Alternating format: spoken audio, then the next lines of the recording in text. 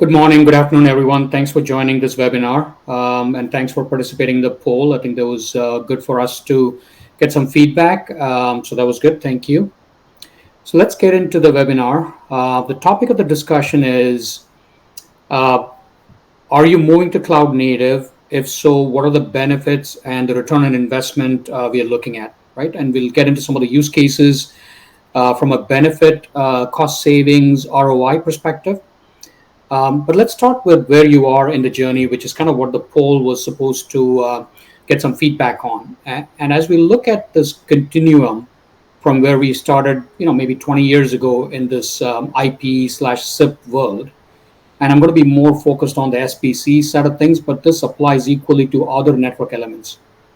As we look at this continuum, you start off with proprietary specialized application for SBCs. And then we started slowly to move into virtual network functions on KVM, VMware, in some cases OpenStack, but that's been very limited in adoption. And then now we are seeing the move to cloud native functions. When I say cloud native, I just want to clear this misunderstanding that cloud native doesn't mean that it's always public cloud. Cloud native just means that it's a Kubernetes-based container architecture. It could be hosted on a private cloud, for example, on OpenShift or other architectures on a private cloud, or it could be hosted on a public cloud like Amazon EKS or Google GKE. So just want to make sure that cloud native just means the architecture which is built on Kubernetes containers, and it equally applies to private and public clouds.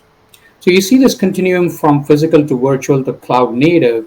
And what we're seeing is decomposition of network functions into more modular, smaller pieces that can be easily managed, upgraded, and scaled. And what you're looking at is, as we move from left to right, your OpEx costs are going to decrease significantly as you adopt cloud native architectures and automation on top of that.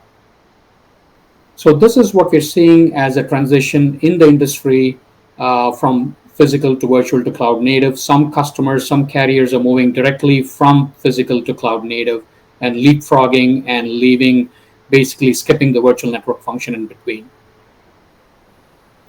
So let's look at some of the challenges that you face today on a physical virtual network as you're transitioning to cloud native. What are the challenges that you see in the network?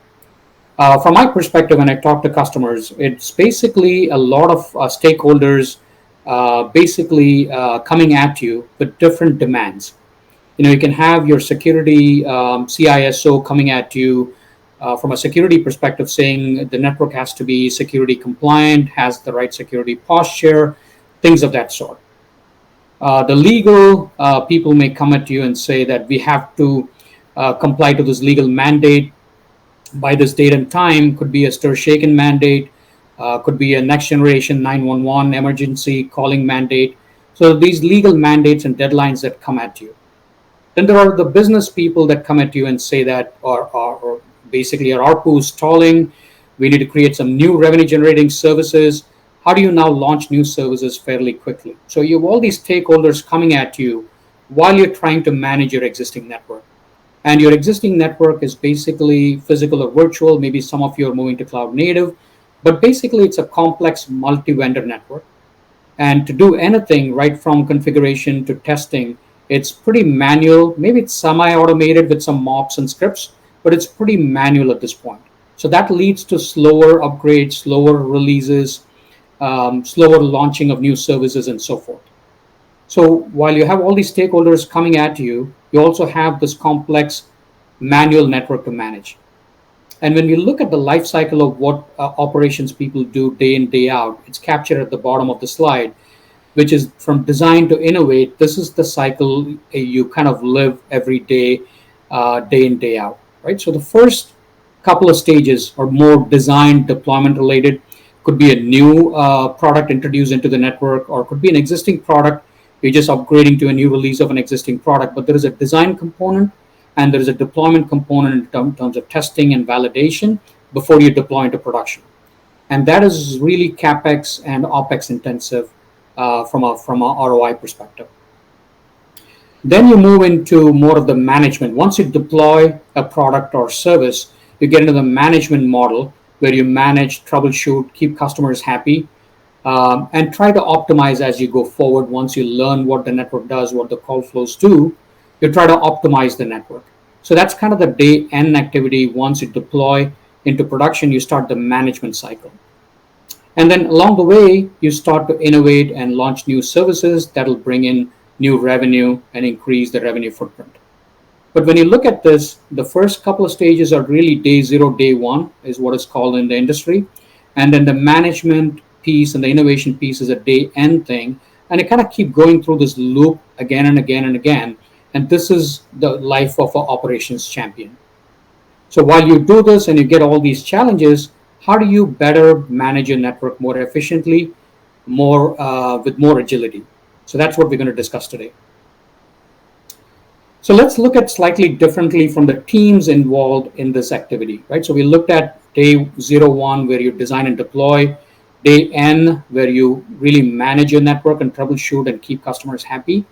How do you kind of do this across different teams? And this is a generic representation. Your specific teams might be organized slightly differently. But if you look at this loop of things that you keep doing, once you deploy the product, there is this constant churn cycle that's going on. Right from design, deploy to manage to optimize, there is this loop that keeps going on. And typically the first few phases, like the design is basically done by the architecture team in terms of working with the vendors, in terms of looking at the feature set and the configurations and the use cases. That is typically the architecture team in the light blue color there. Then you have kind of the engineering that comes in and deploys the product, right from testing, validation, configuration, taking it to pre-production, and then actually taking it to production.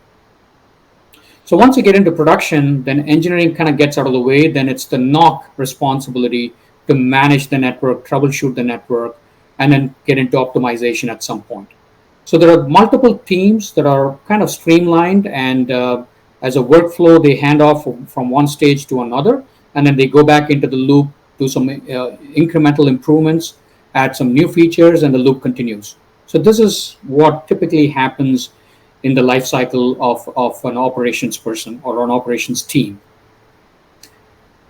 So now, obviously, we've talked about some of the challenges with existing architectures in terms of manual operations, slow nature of upgrades or launch of new releases.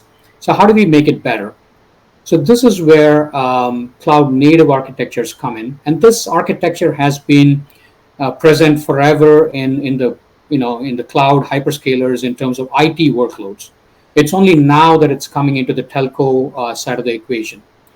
So basically what we're doing is we're decomposing the architecture into many microservices. And this needs to be done the right way to deliver the benefits that we're seeking. Again, there are solutions out there that claim to be microserviced or claim to be cloud native, but it's really taking a physical or virtual application and plopping that into a container and calling it cloud native. That doesn't derive any of the benefits we're going to talk about today. So for the solution to be truly cloud native and to get the benefits that we want, it needs to be really microservice from the ground up. And all the logical components need to be disaggregated so that they can be upgraded independently, they can be scaled independently and managed independently. That's when you get the benefit of microservices. And that's what we're going to talk about today is true microservices where components are disaggregated so that they can be managed, scaled, and troubleshooted independently. Okay, so let's take a look at some of the use cases that cloud native enables in a much better way than what we have with a physical or even a virtual infrastructure. How does cloud native go beyond that and provide us with the benefits? The first use case is automating upgrades with human in the loop. The human in the loop is very important because there's a lot of talk these days about automation and autonomous networks. But we at Ribbon believe that automation is good. It can, basically increase the speed of operations. But human in the loop is equally important that can supplement the automations that we want to do. So let's take a look at what upgrades look like today and what it can look like in the future with cloud native architectures. So in traditional networks, which are physical or virtual in nature, there are tons of steps. We have tried to boil it down to a few steps, but I know there are tons of steps here that you have to go through on a daily basis. But Basically, you look at planning and verification and downloading software that can take hours in some cases, lab testing that's pretty manual, and all of this can only be done in non-business hours or off-peak hours, right? So that's what we typically do. And all of these steps, most of them are manual. Then once you get into pre-production and production, then you have to dry up the traffic and then put in the new release and then migrate the traffic. Something happens, you manually roll back to the previous release. So these steps happen today but in a much more manual, slow fashion. Now let's take a look at how cloud native can help you. So this is how it looks in a cloud native architecture if done right. Again, I want to stress the fact that microservices have to be done right to get some of these benefits. So the first few phases are more manual in terms of architecture and planning, but once you plan and figure out what features you need and use cases you need, then from that point on, you can pretty much automate your entire life cycle. And this can potentially be done during business hours or off-peak hours. Obviously, a lot of our carriers, they want to do it outside of business hours initially, and as they get more comfortable, they want to do it during business hours if there's a quick patch they want to implement, maybe from a security perspective. And then a lot of these steps are now automated in terms of right from testing and configuration with golden configs and GitOps. A lot of these steps are now automated with a CI/CD pipeline that underpins the entire process. And even from an upgrade perspective, now you can introduce things like canary upgrades or blue-green upgrades, where you can pass certain percentage of traffic to the new release or a new product, and slowly over time, soak it and migrate more and more traffic over time. So it doesn't have to be a lift and shift. It can be more of a gradual upgrade, gradual migration of traffic. And if it doesn't work, you can always roll back automatically as well, right? So all of these steps in pink right there can be automated, and it can be done in phases. It doesn't have to be done all in one shot. It can be done in phases to realize the benefit over time. So this is one use case where automating upgrades, which is pretty time consuming and costly, can be simplified with cloud native and automation. Then let's look at another use case. In this case, it's improving efficiency and leveraging some of the insights that we get from the network. The first use case is SIP-rec, or call recording. And we have customers coming to us and saying that we need to increase the number of customers hosted on a single SBC. In this case, SBCs as an example. And then some customers come to us and say, on a single session, I want to have 9 SIP-rec streams, because I want to take that stream, replicate it 9 times, and use it for different purposes: AI purposes, fraud mitigation purposes, and quality purposes. I want to replicate this 9 times to do different things with the stream. So as you increase the number of customers or sessions, and you increase the number of SIP-rec replications, you're going to need more bandwidth, you're going to need more capacity. And with the existing physical virtual infrastructure, it's so difficult to grow your capacity dynamically. You have to add new instances, and that's how you scale capacity. You cannot just scale capacity dynamically. And network bandwidth is another one, which is not easy to scale. Now, once you move to cloud native, whether you need more sessions or more network capacity for replication of SIP-rec, you can easily scale, dynamically scale up and scale down, and only scale up and scale down those microservices that are needed to be scaled up and scaled down. You don't scale up the entire SBC anymore. You just scale up the microservices that matter. So that's one use case that keeps coming up from a physical virtual perspective that can be better solved with cloud native architectures. The other use case is, this could be any feature. I just picked transcoding as an example, but this could be any feature. Right now in the physical virtual architectures, you need to enable every single feature in every single SBC, including transcoding, because you don't know where the calls are going to land. So you need to have all of the transcoding, all of the features in all of the SBCs active all of the time, right? So you look at the complexity of management, but also licensing. You're licensing for the best case or the peak capacity all the time. Now with cloud native architectures, with the scale up, scale down elastic capabilities, if you need to scale up transcoding, for example, during Mother's Day, which is one of the busiest days for most of our carriers, then you can scale up just the transcode capacity during those peak hours during Mother's Day and then scale it back down. The other aspect beyond scaling is now you're distributing your feature set, you're transcoding to many different SBCs, whether you need it or not, because you don't know where the call is going to land. Now, with the cloud native architecture, you can consolidate transcoding, you can consolidate feature sets into a centralized set of pods, which can be independently scaled up and down, so that you're not distributing this capacity and wasting licenses across the network. So these are some of the efficiency gains we can make from a cloud native architecture. I'll just provide one more example, one more use case before we go on to the next section. Another use case is carriers. A lot of them are now offering SBC as a service, right? So they host SBCs on behalf of their enterprises. These are small, medium businesses. So in the current world, in the physical virtual world, you have to stamp out an SBC per customer, per enterprise. Some of the SBCs are multi-tenanted, but in terms of ease of management and scale, you're better off having one SBC VNF per enterprise, for example. But in the cloud native world, we can have one CNE cluster. We call it CNE, Cloud Native Edition on the SBC. One CNE cluster that can scale up or down based on the number of enterprises that you want to service, and based on the number of sessions each of these enterprises handle, we can go up or down in terms of auto scaling. Also, with the multi-tenanted capabilities, we can manage all of these enterprises within the CNE cluster, within the cloud native cluster. So now you don't need to have hundreds of SBC instances serving hundreds of enterprises. You can have one cloud native cluster serving hundreds of enterprises. So management is simpler. And then with scaling, auto scaling, you can go up or down based on the demand coming from the enterprises. Okay.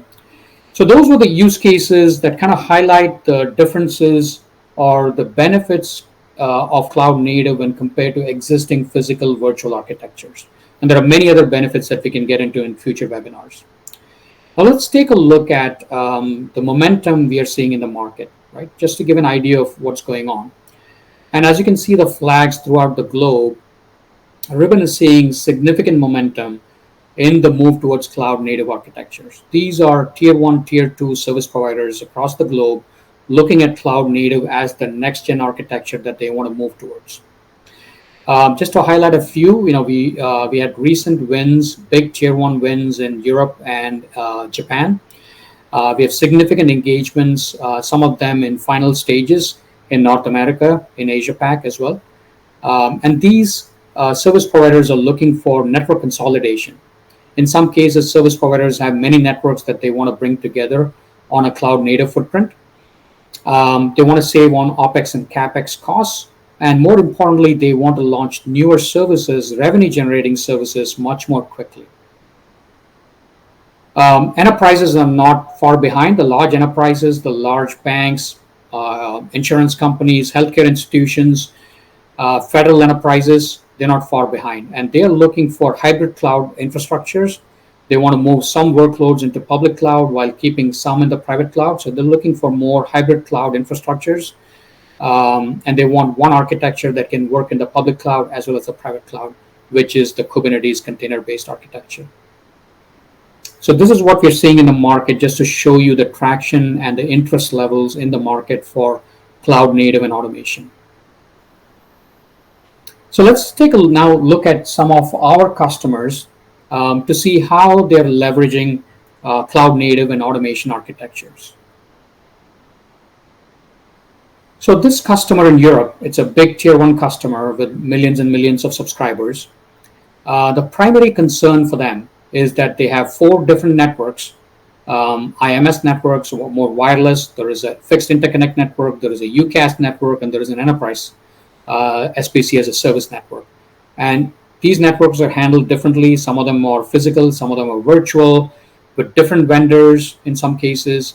So the primary concern was, how do we bring all of these networks together on a single platform, which is a cloud native Kubernetes platform, potentially with a single vendor, right? That was the biggest concern. And then once we get there, we want to be more agile. We want to troubleshoot quickly. We want to manage quickly. We want to upgrade in a matter of days, not months or years. So that was their use case. And they selected Ribbon to basically bring together all these networks into a cloud native footprint, SBC footprint, and then adding automation on top of that to get to their the outcomes that they needed. So that was the first kind of customer use case in terms of what their primary pain point was. The second use case is a customer in North America, and their primary concern was, how do I do high velocity software rollouts? And obviously they had multiple networks. They had to bring that together. Some of them were VNF, some of them were PNF, some of them were OpenStack. They had to bring together this kind of a diverse set of networks into one platform. But their overarching concern or goal was to basically do high velocity rollouts so that they can get new features, new security updates into the network far more quicker than what they do today. The last use case is a tier one customer in APAC, and they're an up and coming tier one. There are already incumbents in the network in the country, and they're coming up as a startup, and they want to capture more of a 5G market share from the incumbent wireless carriers. And they want to move their entire network right from RAN, radio access, to the packet core, to the IMS core, all the way to cloud native. And the benefit that they want to realize out of this is basically faster launch of new features, taking market share and differentiate from the incumbent vendors, incumbent carriers in that part of the world. So if you see the common thread around these, it's basically consolidation onto a cloud native next generation footprint, ease of management, quick rollout, generate more revenue. Those things kind of bubble up when you look at these use cases. Okay, so we looked at multiple use cases from a customer perspective. Now, one of the key things that these customers have, that other customers need to have, is that the success of a cloud native migration with automation depends on the stakeholder alignment within the company. Within the carriers, there should be complete alignment, top to bottom, left to right, for this to happen in a quick, successful fashion. So cloud native migration with automation, it's a journey. It doesn't happen overnight. It's a journey. For the journey to happen, there needs to be an executive sponsor or multiple sponsors that need to align the organization end to end. And there are different teams that come into play: the architecture, engineering teams, product management teams, with different set of goals, whether it's automation, resilience, security, faster upgrades, service launches, differentiation. These are all goals that they come up with. But without alignment, it's going to take a long time for this to happen. So alignment is number one in terms of these migrations. And also to identify that one champion or one team that's going to run with this. That is really important, to identify that champion that's going to lead this project to completion. And also setting pragmatic, step-by-step, phased expectations, right? Expectations are key, because if someone says that I'm going to do this in 3 months, that's setting the wrong expectations. So setting the right expectations and working with the executive management, aligning everybody together, is what leads to success in this kind of journey.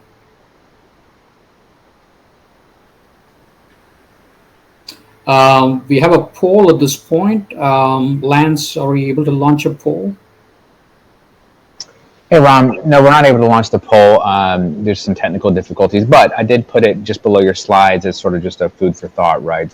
So the question we were going to launch is, where do you see maximum savings with cloud native, right? Infrastructure, flexibility with vendor choice.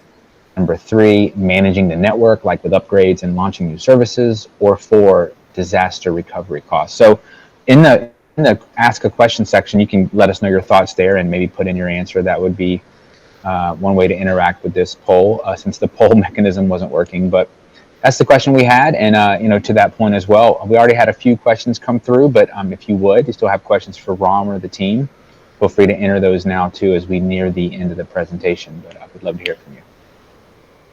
Okay, thank you, Lance. So let me move on. As you enter your questions, we can answer them. Let me move on. So we looked at basically the challenges with the physical virtual architecture and what cloud native brings to the table from a use case perspective. We looked at the traction in the market, the interest that we're getting, and some of the customers, what are their major goals and the pain points that they want to resolve with cloud native architectures. We looked at that. Now let's take a look at what is the ROI, the topic of this webinar. The title is the return on investment. Is there any with cloud native? We believe there is a lot of benefits with cloud native. There is a significant ROI. But when we talk to our customers and analysts and market enthusiasts, we see these things bubble up to the top in different capacities. And the first one that we hear most is at the bottom, the speed of innovation. That's number one for that's number one for a lot of customers is how do I generate new revenue? Because new revenue creation is not easy, especially in the carrier space. So how do I generate new revenue? And for that, I need the right infrastructure. So once I come up with an idea or a prototype, I want to launch this and test it in the market. So how do I do that fairly quickly so that I can validate and then move on to more general availability? How do I speed up the innovation inside the company?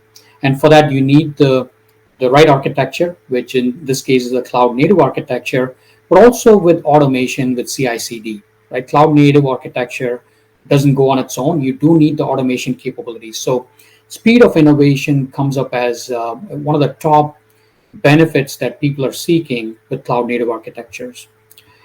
And the next one is that comes up quite a bit is security and compliance. This could be security posture of the network. This could be legal compliance. This comes up as the next thing that we have to stay on top of this. Because as you can imagine, if there is a vulnerability and if there are bad guys hacking into the network, that causes a customer satisfaction issue, certainly a reputation issue, and customer churn. So certainly that bubbles up as something that we need to keep tabs on fairly quickly and more frequently. The other thing that comes up is the operational cost of maintaining mostly the legacy network, but also maintaining the new networks. I think this was one of the poll questions up front. A lot of people chimed in on the operational cost of legacy networks as one of the issues. So this does come up as one of those top things where we need to reduce the OpEx costs on deploying and maintaining existing networks.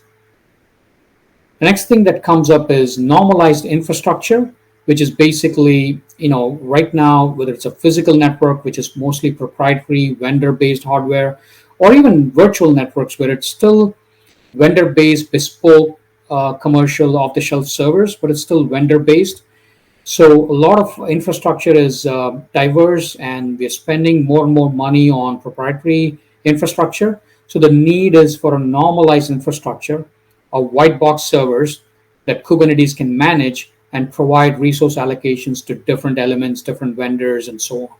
So getting to the normalized infrastructure is a key accomplishment with cloud native, but also things like energy savings, auto scaling. You only need to scale when you need to scale. You don't need to keep all the elements up all the time. And getting into redundancy or resiliency, you don't need to have one-to-one architectures anymore, because you're really spending twice the amount of money to just have this architecture on a rainy day situation. So the one-to-one is giving way to more N-to-K redundancy, where you don't need to replicate your network 100%. So there's a lot of savings in N-to-K architectures, which cloud native solutions enable. The next is resource management. Can you optimize resource management from an auto scaling perspective, multi-tenancy perspective that we just talked about?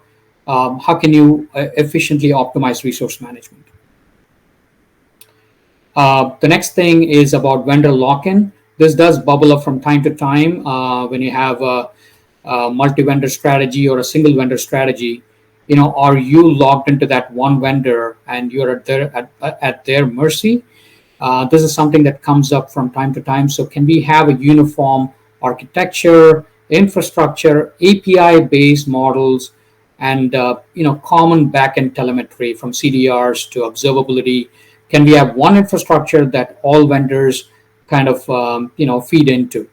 So that is kind of what is coming up as some of the the benefits, the top benefits, the top 5 or 6 benefits that come up in our discussions. Okay, with that said, now let's take a look at what Ribbon's offer is in terms of a cloud native architecture and an intelligent automation architecture. As I said before, cloud native and intelligent automation go together. You cannot split them apart because you don't realize the benefits as you should if you split them apart. So these two go together. So really, as we talked about, you need a true microservice architecture with open APIs. So there's no vendor lock-in or any of that, but really a true microservices architecture to do the use cases that we just described in terms of auto scaling, multi-tenancy, whether it's resiliency, N2K redundancy, common infrastructure, independent upgrades. You need a true microservices architecture. So that's kind of the cloud native layer. Then you need a true intelligent automation pipeline to really put this into action, right from deploying new releases or new products to managing it efficiently, automated troubleshooting with things like applications that can detect anomalies proactively, and kind of doing this end-to-end life cycle in a more automated fashion.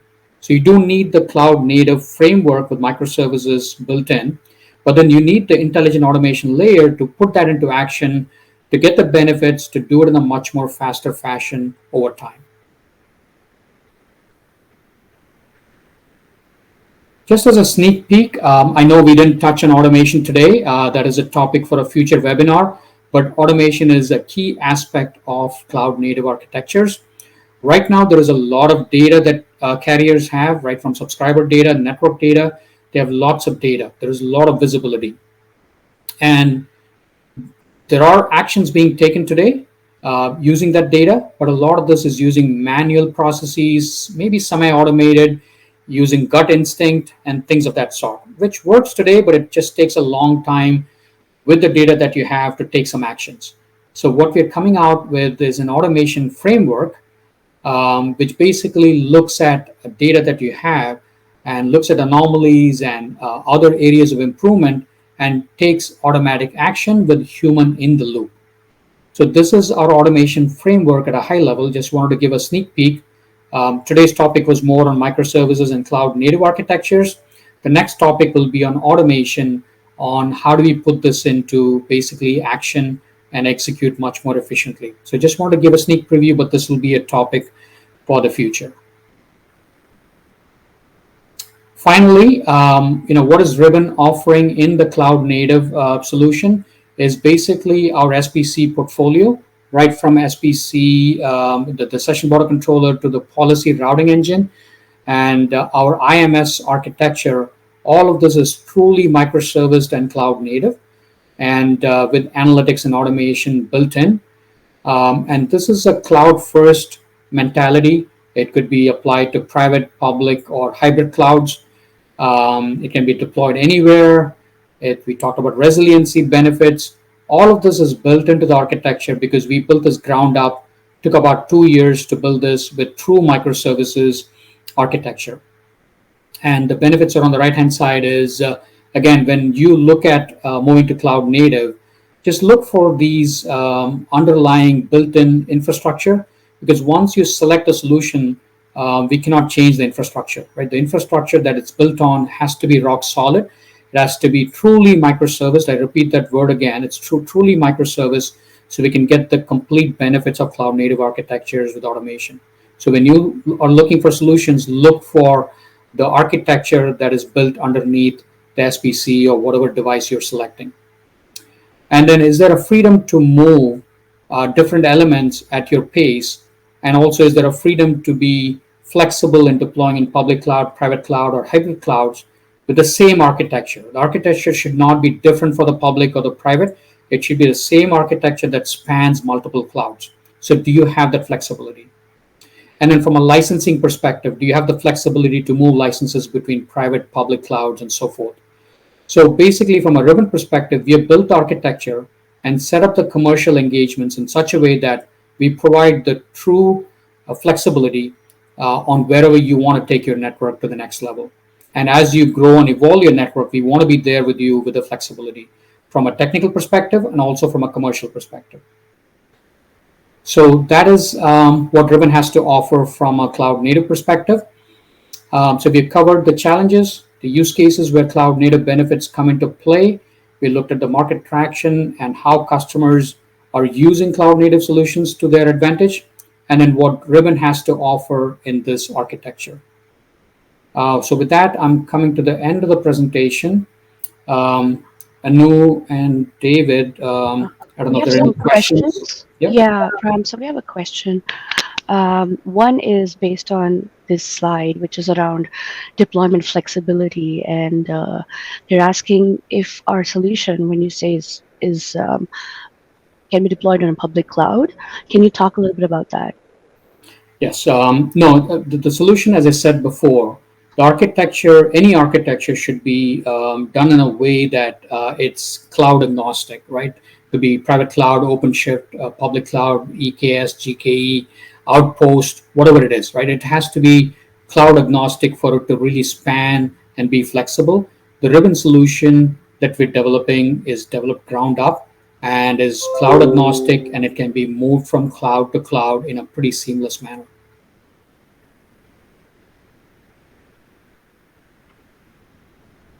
We have one more question, and it's around what do you see as the urgency to move to cloud native? Like, why is it now, or can we wait?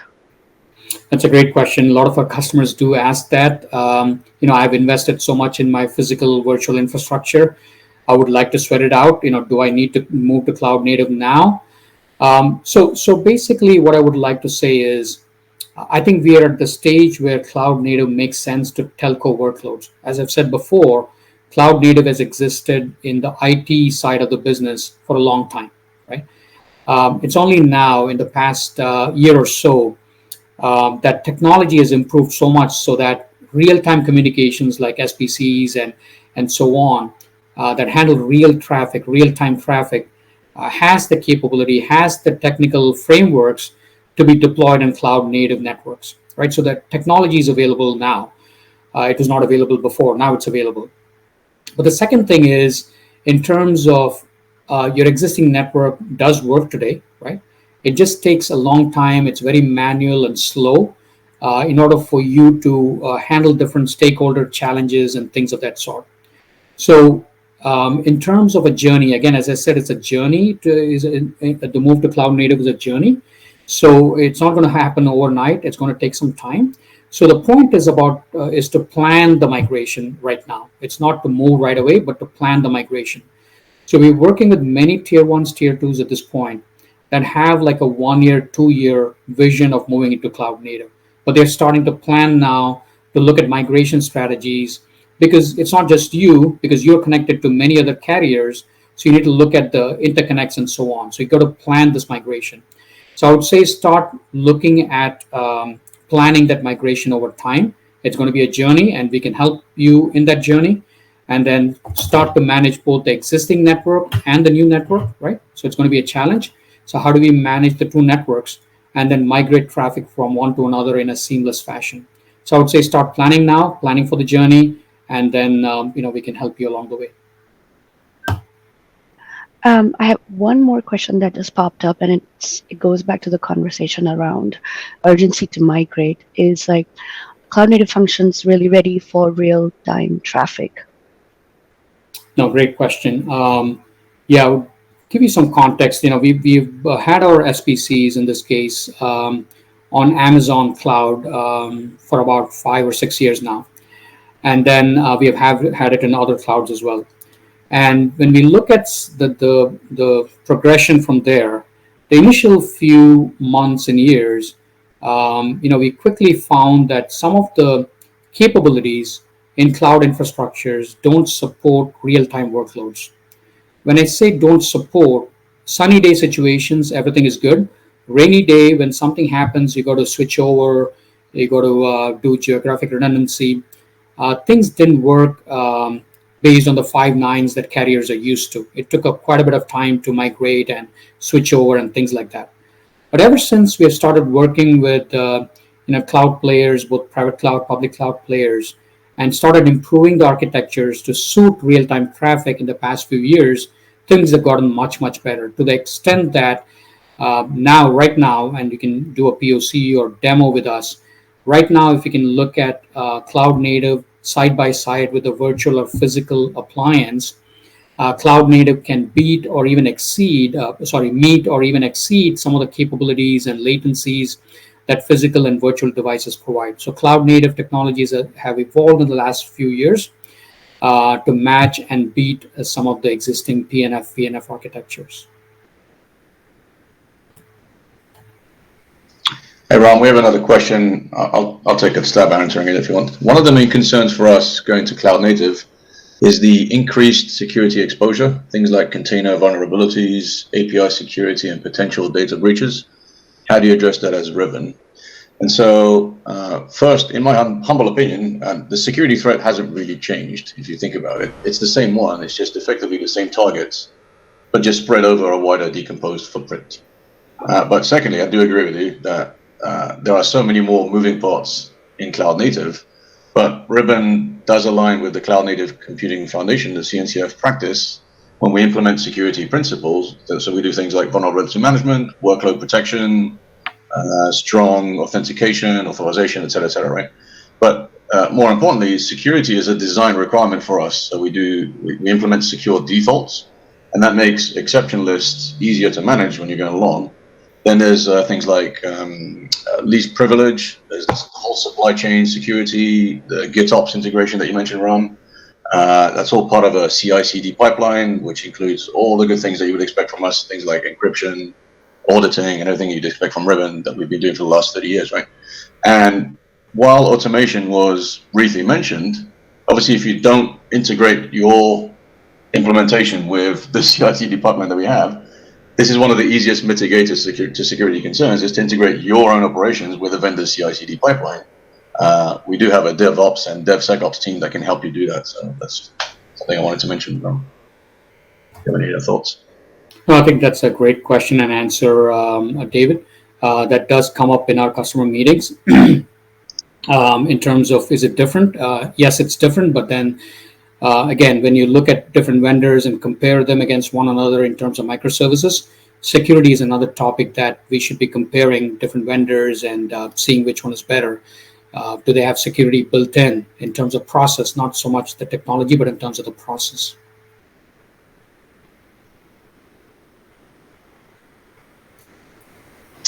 All right. Well, thanks, Ram. I think that's all the questions we have for now. Let me just take another quick look just to make sure. Anu or David, do you see any other questions that you want to answer there?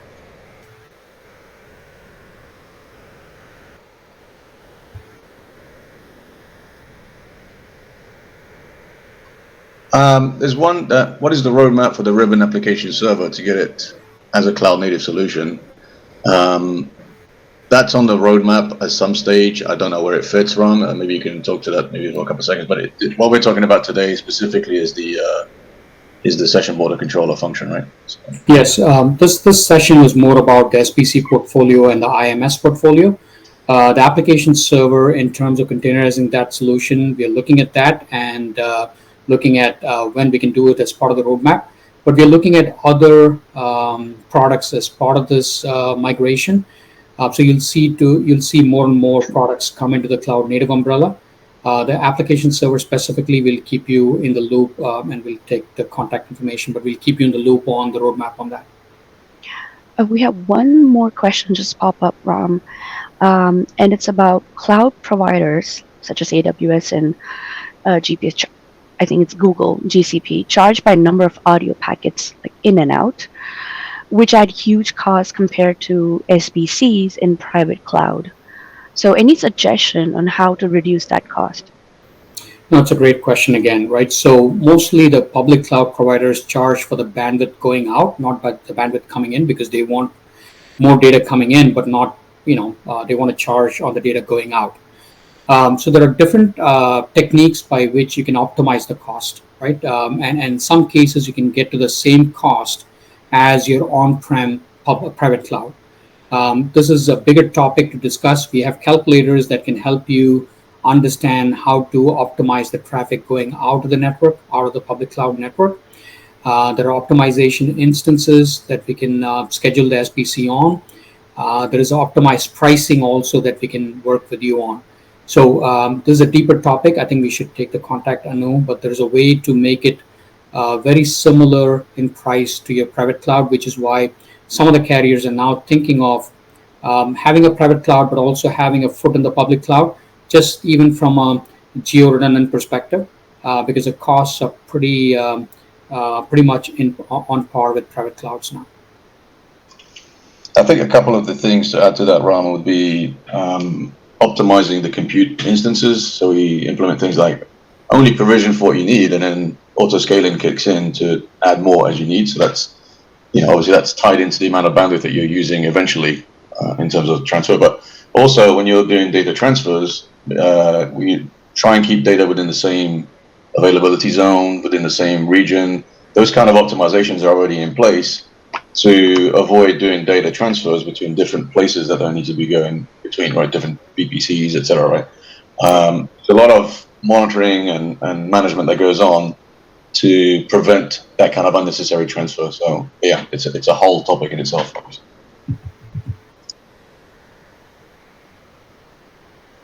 Thanks, David. Thanks, Ram and Anu.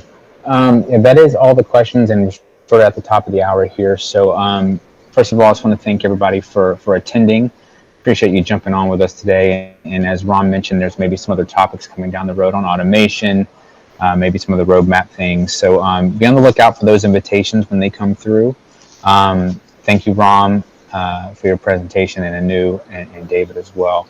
There will be an email sent out later this afternoon with a link to the replay. So if you missed anything or want to go back through and listen again to some of the content here, you'll have that ability. As always, feel free to reach out to us or reply to that email with any questions you may have. We're always here to help. We love to hear from our customers. And anything to close with, Ron, before we say goodbye today? Thanks everyone for joining, and this is going to be a series of webinars as we said before. So please come back for future webinars so you get a full perspective of this network transformation. It's a journey, so please come back and have a good day. Thanks everyone. Have a great day. Thank you. Bye.